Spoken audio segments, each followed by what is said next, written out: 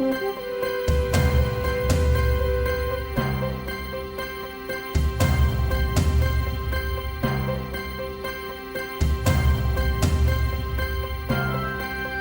about Fall River and the people who live and work here and how we all can make it better.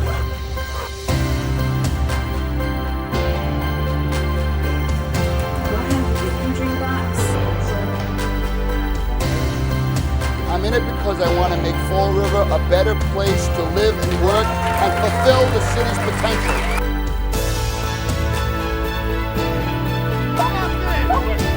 Let's bury whatever separates us and embrace whatever unites us and commit to a different way of running our city.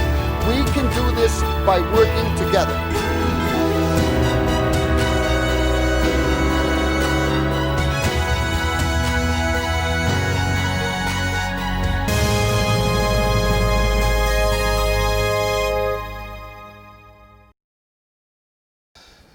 This is going to be a different State of the City speech tonight. Fall River, it's an honor to be with you today. I spent an entire year running for this office. Then once elected, I promised to hit the ground running. Since then, I haven't stopped running, and I am now thankful that I have prior experience as a marathoner, because this job is definitely a marathon and not a sprint. As much as I liked running, I love my job as mayor, and I am sincerely honored to be standing here today with you. Although the work can be challenging and the days long, I am energized by my deep affection for Fall River. I am dedicated to make this city a better place for everyone, especially the hardworking, caring, no-nonsense people who live here, the ones who give it its character, its color, and its heart. Since the city is nothing without the people, I want to recognize and thank the citizens of Fall River. Without them, there would be no Fall River. Without them, I would not be here today. We have encountered many new challenges during my time as mayor, but I am proud of how the community has handled these last 8 months. And what an 8 months it has been. I can say without a shadow of a doubt that I never anticipated my first year in office looking like this.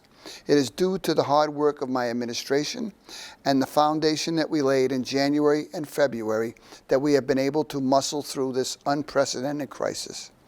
I would like to take this moment to offer my heartfelt thanks to our city employees, our essential workers, our first responders, and our healthcare professionals who have relentlessly supported Fall River through this pandemic. I was originally meant to make this speech on March 16th, the day before St. Patrick's Day.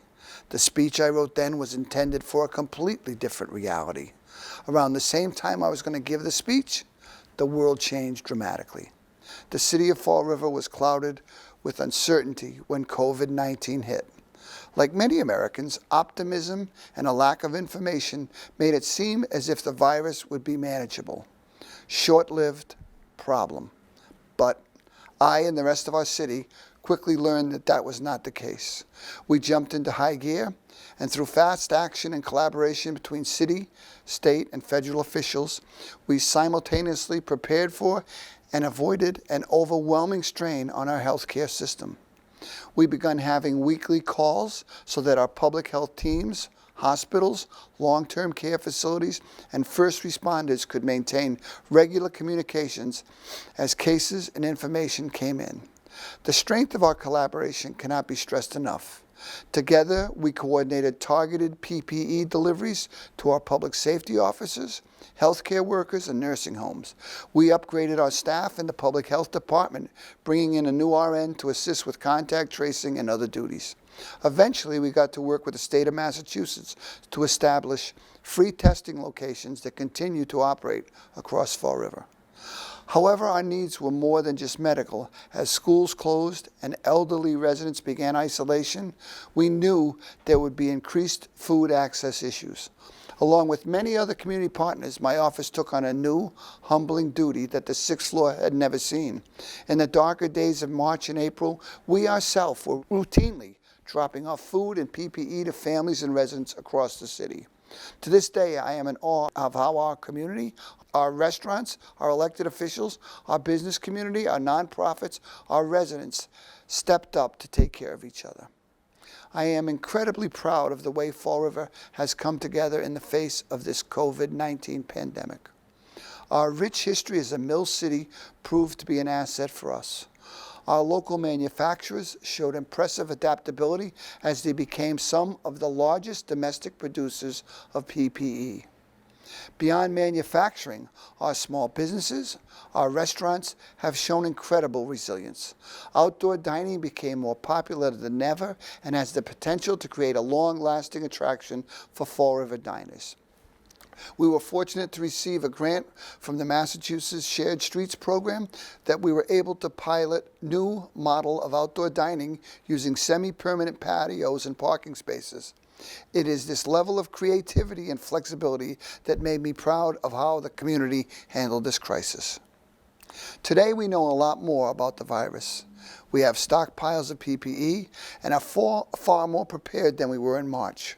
While we address the rapidly growing number of cases in Fall River and Massachusetts as a whole, it is worth noting that our hospitalizations, our ICU stays, and our fatalities attributed to COVID-19 are currently at a more manageable level than in the spring. This is a testament to our increased medical knowledge and the hard work of our healthcare and nursing home staffs. Government Center was among the first municipal buildings in the area to reopen to customers by appointment, living up to my goals of customer service and accessibility for residents.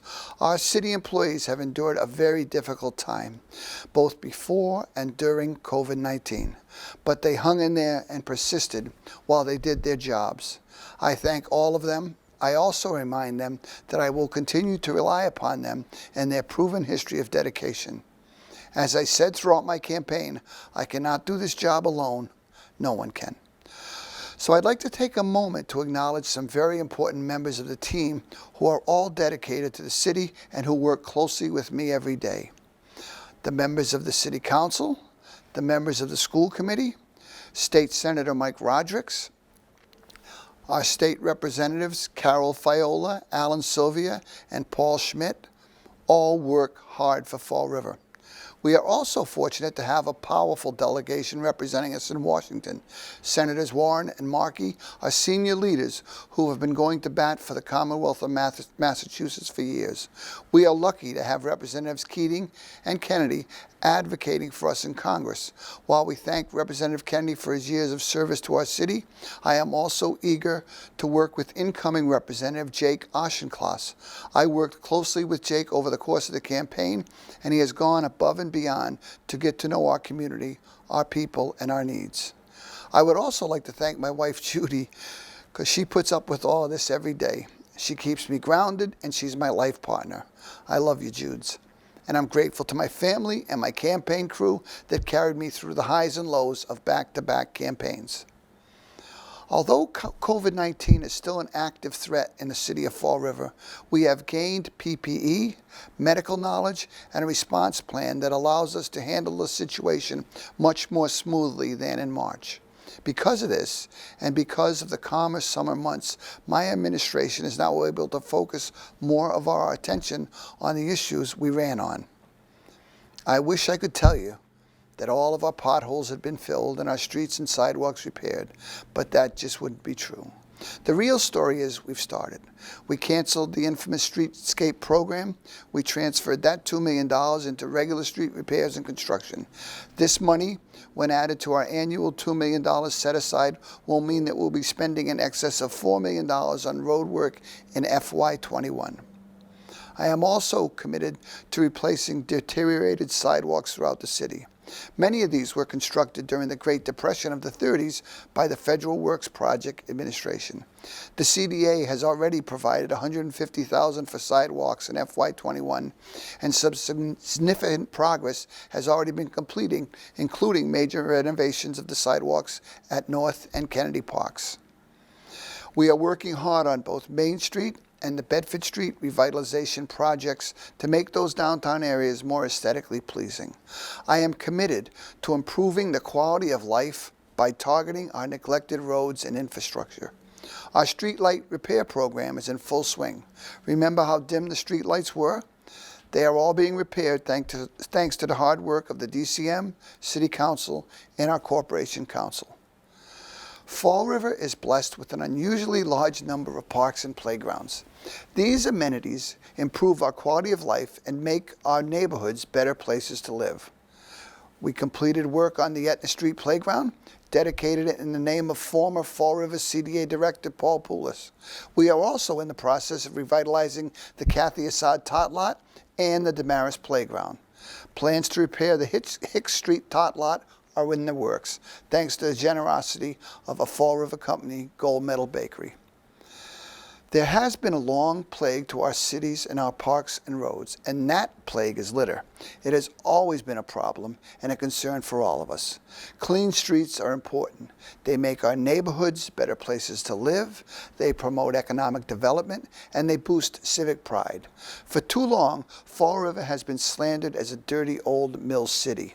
That has to change, and it will change under my administration.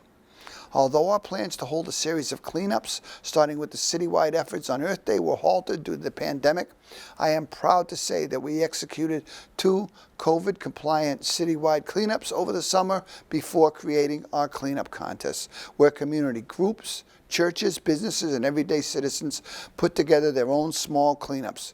We had outstanding results, and I believe that this contest emphasized that city pride is a way of life. It's an important message for our young people who participated in these contests. Economic development is also extremely high on my priority list, and we are already seeing progress. Since day one, I have met with business owners to introduce myself, to discover their needs, and to assure them of the support for their success and growth. I have instructed the Community Development Agency to double its funding for storefront improvement program, and we will continue to offer low-interest loans and grants to help local businesses to thrive. We will be working with the Mass Development Agency to strengthen our downtown and attract new businesses to Fall River. We are also looking to utilize grant funding in the Flint and East Main Street areas with the goals of reducing storefront vacancies and improving infrastructure. We have a real opportunity to succeed in this effort. As suburban shopping malls around the country are closing, people are redirecting their purchases to both the internet and small local stores. Beyond downtown, the transformation of our waterfront is undeniable. I am working with the Fall River Redevelopment Authority on renovations to our city pier. I'm committed to ensuring that this valuable asset is used for the benefit of everyone in the city. We recently received a $1 million matching grant from the Mass Seaport Council to continue our next phase of repair and rehabilitation, set to be completed next year.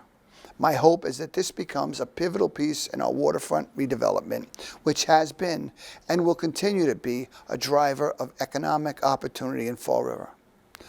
Our industrial park has experienced plenty of recent growth as well. We have worked with the City Council to grant TIFs to show companies that we value and welcome their business. Every time a tenant moves in, every time an existing tenant decides to expand, the Fall River community benefits from new jobs. This year, Millstone Medical Supply completed a huge expansion, and Ross Seafoods created a state-of-the-art industrial incubator, and Nantucket Sound Seafood is set to begin construction on a new facility in December. I will continue to work with the City Council to ensure that Fall River is a hospitable environment for companies looking to expand.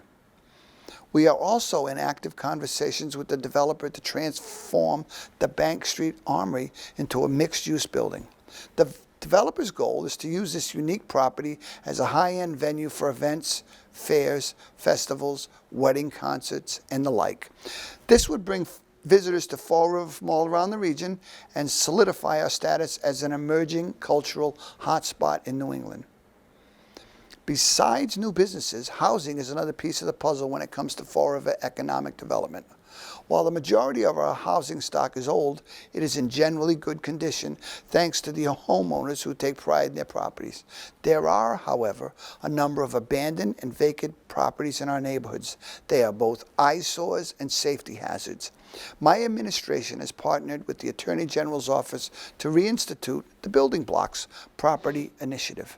This program assists property owners in their efforts to bring their properties up to code. We worked with the AG's office to appoint receivers to take over properties and renovate abandoned properties. To aid with this initiative, we have brought in two UMass Dartmouth Law School students through an internship program. And we also reinstated the in-house housing court hearings, and we hired an attorney to run them to help resolve housing matters. We completed the renovation of the property at 32 Bradford Avenue, transforming the building into 3 units of veterans housing. This will provide a clean, safe, and affordable living environment for those who have sacrificed for our country. We have plans for similar renovations using local contractors to transform 10 more buildings, a strong start to the process of reclaiming Fall River's vacant properties. We will continue to work with owners and developers to bring market rate and workforce housing to the city. Right now, we're working with a developer on the revitalization of the old BCC campus on Durfee Street with the goal of creating housing and artist lofts. This property has been an eyesore for years, and I'm happy to report that work is well underway. Over 50 units of market rate housing within a block of Government Center have been opened over the course of the pandemic, which should bring more activity and life to downtown. Recent developments in Fall River respect the historic appeal and character of our city while moving us towards a strong economic future. Another mixed-use building has broken ground on Duval Street, not far from where, in a few years, the trains will shuffle residents to and from Boston. Investors understand the economic promise that Fall River has as a player in the South Coast Rail project. That's set to be completed in 2023. They have seen the potential in our historic mills and in our community as a whole. Business owners and developers are betting on Fall River becoming a strong, prosperous city for years to come. While I am excited by the new housing developments in Fall River, housing continues to be a problem that plagues all American cities. In fact, some citizens have no housing at all. They are our poorest and most vulnerable residents, and we will be judged by how we treat them. On January 29th, the city, in conjunction with the homeless network service providers, held an event that connected street people with the resources they desperately need, such as mental health, substance abuse counseling, food, clothing, personal hygiene products, flu and hepatitis C vaccine inoculations, and health screenings were all there.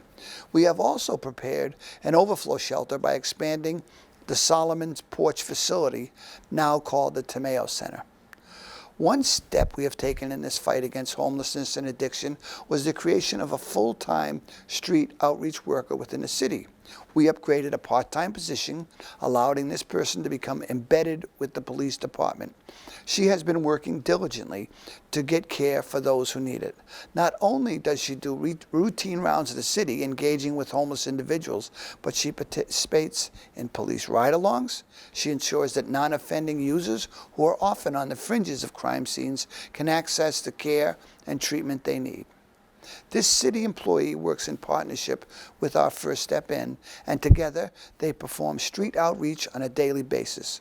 We have already seen success with this program. But the nationwide opioid problem has not spared Fall River. There are so many committed, concerned, and hard-working people and groups attacking this serious health crisis every day. My administration is focused on bringing these groups under the Fall River Substance Abuse Task Force. This umbrella organization will be responsible for creating a clearinghouse to compile all related statistics from treatment centers, hospitals, walk-in clinics, so the city can have real data in real time. We have already started to explore additional grant opportunities and meet with all providers to find out what exactly they are doing so we can share their successes. This is a real long-term battle, and I know that COVID-19 has not worked in our favor when it comes to matters of addiction. If we are to encourage businesses, investors, and new residents to Fall River, we must ensure that public safety is a priority. No citizen should have to live in fear. I have told all of our first responders, and I repeat myself tonight, public safety is the first priority of our administration. In June, we welcomed the new police chief, Jeff Cardoza, who hit the ground running with enthusiasm and professionalism. In my tenure, I have visited every public safety facility in Fall River. I've attended police roll calls. I've talked to our officers, firefighters, EMTs, and expressed ours and my thanks for the sense of duty and raw courage that they bring to their jobs in our streets every day. Today we have 12 police cars on the first and second shifts to ensure that help is available when and where it's needed. Under my administration, we have instituted a gun task force and have strengthened our relationship with both the FBI and the DEA.